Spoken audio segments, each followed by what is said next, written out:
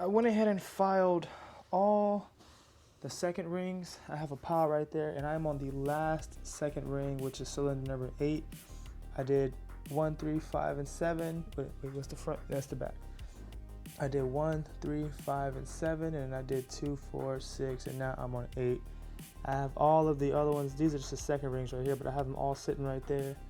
And I have obviously my piston ring filing tool just mounted right here with the valley cover bolt. It's not torqued, it's just tightened down.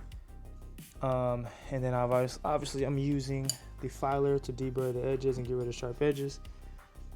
Piston ring squaring tool, which all I do is push it in like that, and then I'm using this feeler gauge set to find my gap. So this is the very last ring that I have to do, and then I'm done. One thing that I found that I was doing, I've had the ring set up this way the whole time, where it was set up on this tool like that. All right, so I could just set it there, and I was turning this wheel this way this whole time, this way, which is clockwise. I was turning it clockwise, which was pushing down on the gap of the ring. It was going away from the big part of the ring, but it was pushing down on the gap of the ring. I thought that was the way you're supposed to do it. Apparently, I was fucking wrong. I don't know why there's a certain way you're supposed to do it, but apparently I might have been doing it the wrong way the whole time.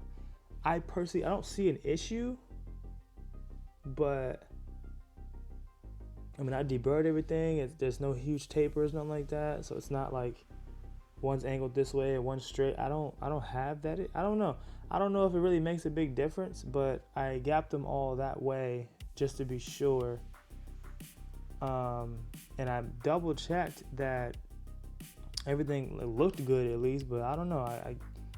I'm gonna do this last one going this way and just see if it does anything. I don't know why it would make a difference though. I'm not 100% sure why it would make a difference, but apparently I just before I started recording, I found a couple of videos that people were saying to go this way, clockwise, towards the big part of the ring, and I'm like, what the hell? So I'm doing it wrong this whole time. I saw someone else doing it that way, I guess, and I just followed them, but I don't know. I don't know why there's a difference. I saw somewhere it's talking about you can ruin the coating or something like that, but I mean, it's gonna be in the engine.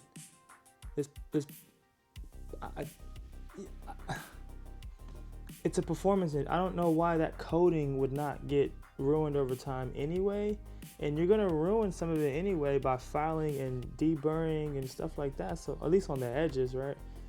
So I don't know why that is that particular. I'm not 100% sure. I'm gonna try to do some more research, but I'm not 100% sure if I have to replace all these rings that I did, all because I didn't file going the right direction. You can look at some of these edges. They don't look bad at all. Let's hope you can see them though. Like that little scuff right there at the edge is just for me knocking down the burrs, but the ring still has the same profile as you can see on the inside. Still has the same profile, right? And there's no taper. I can't really squeeze it. Or maybe I can actually, like this. There's no taper. I can't squeeze it. Yeah, I'm kind of squeezing it off. I'm like off like that. No, I can't. But there's no taper. So, you know, you can see where I was deburring on the edges, right? But they all look good. I don't know. That's why I'm a little bit confused on why you're supposed to turn the ring in a certain direction and blah blah blah. And they're talking about you're gonna ruin the coating, but it's like the coating is gonna get messed with by running in the engine constantly anyway. I don't know why the hell scuffing these up and deburring the edges and ruining a little bit of the coating that way is gonna somehow affect the way that, you know, I don't know. I have no fucking clue. I don't know why it matters which way you turn that wheel, right? I don't know why, but apparently it does. So without further talking, now the worst one I saw, all of these look good. I checked all of these, but the worst one I saw was number 3, mainly because on number 3, this bottom edge, and I really can't show you too well. It's a little too shiny to show. So on the bottom, let me get this actually. On the bottom, there's a sharp, like it goes like boom and then boom. Sharp edge right here. On the bottom, I deburred a little too much, so it goes like boom. And it still goes sharp that way, but there's a little bit of a roundness there, like a ever so slight roundness at the bottom. You can kind of actually see it from here. Let me flip it over and see if it shows a different way. Now it's on this side. You can, because the shiny part is not actually it. That's just where I deburred it at the edge. You really can't see it too much. Let me see if I can just toss it in the cylinder. This is number, you can, not really actually. You can't really, you can kind of see it round a little bit, but I don't know if that really makes a difference in anything, because remember the ring is going to be facing this way with this dot up, and this little, let's just say this is going to be the rounded part right here on the bottom. That's towards the piston. That's going to be on the piston. This outer edge on the outside, which is perfect on this one, is going to be the one that's sliding up against the wall. It's going to be sliding up against the cylinders. So this, let's just say this, if this edge is rounded a tad bit, I don't know what that would affect, because the ring, you know what I'm saying? Like, I don't know what that necessarily would affect. It definitely wouldn't catch on anything because it's a rounded edge, right? So it wouldn't catch on anything. It wouldn't grab or nick anything. Like if it grabs on the piston or something like that, it definitely wouldn't do that, because first of all, it wouldn't touch anything. Obviously, when this thing is running, these ring lands would never touch each other, right? They're gapped properly for sure, so they would never touch each other at all. So I don't have to worry about these mating together. This wouldn't touch anything. It'd be up against the piston, but it wouldn't catch on the piston.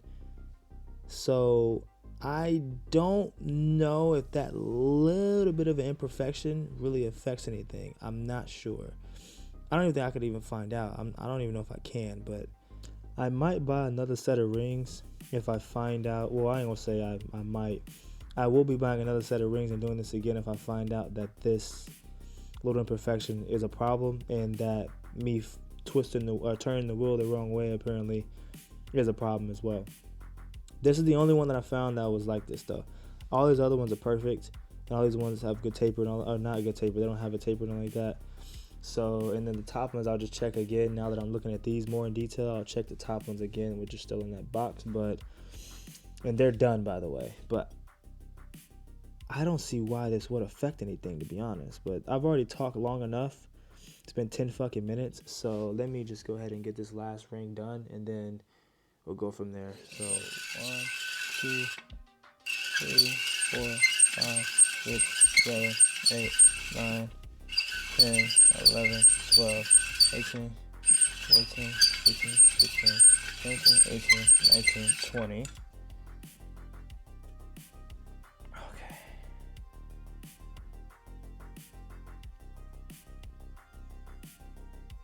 I mean, I don't like doing it that way. The whole time it was I could see it pushing up on the fucking ring. Like, the ring wasn't like planted. It was just pushing up. I could see the ring fluttering the whole time like that as I'm twisting the wheel. It's like doing this. I don't like that. I don't know, bro. I'm not even gonna fucking stress it too much. I don't know. Let me just deburr this real quick and then.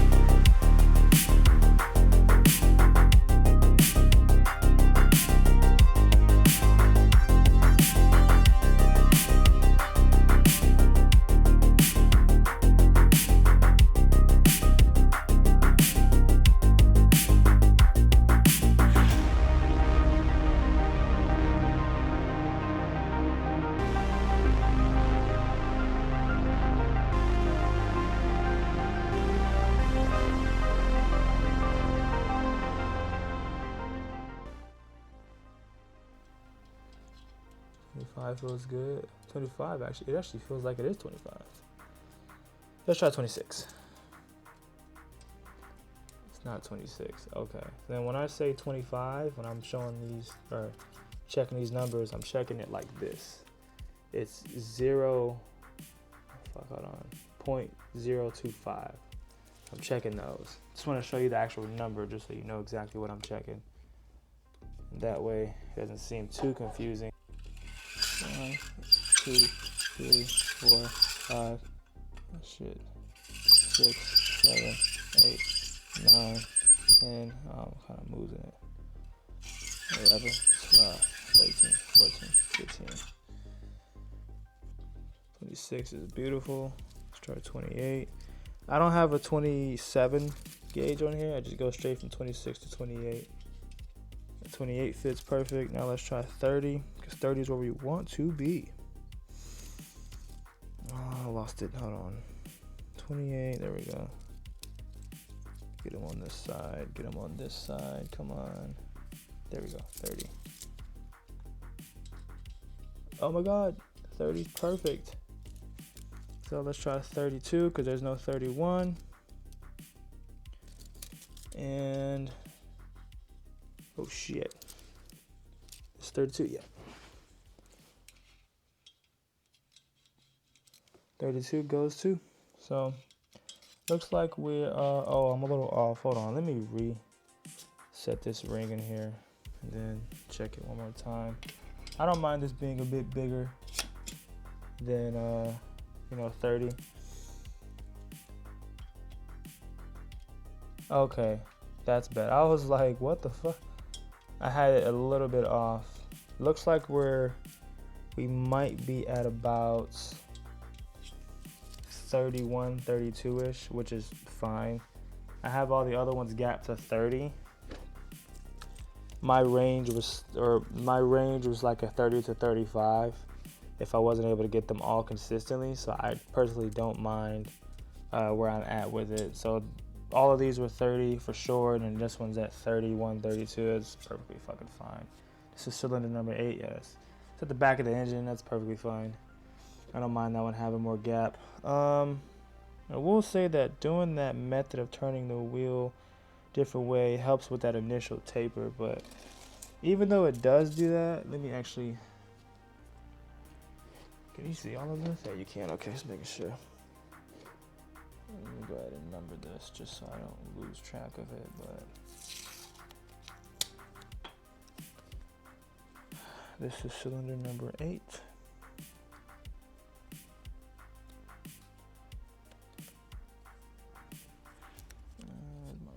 And all I'm gonna do is just write on here big old fat number 8, and then that's it. We officially have all the rings done. So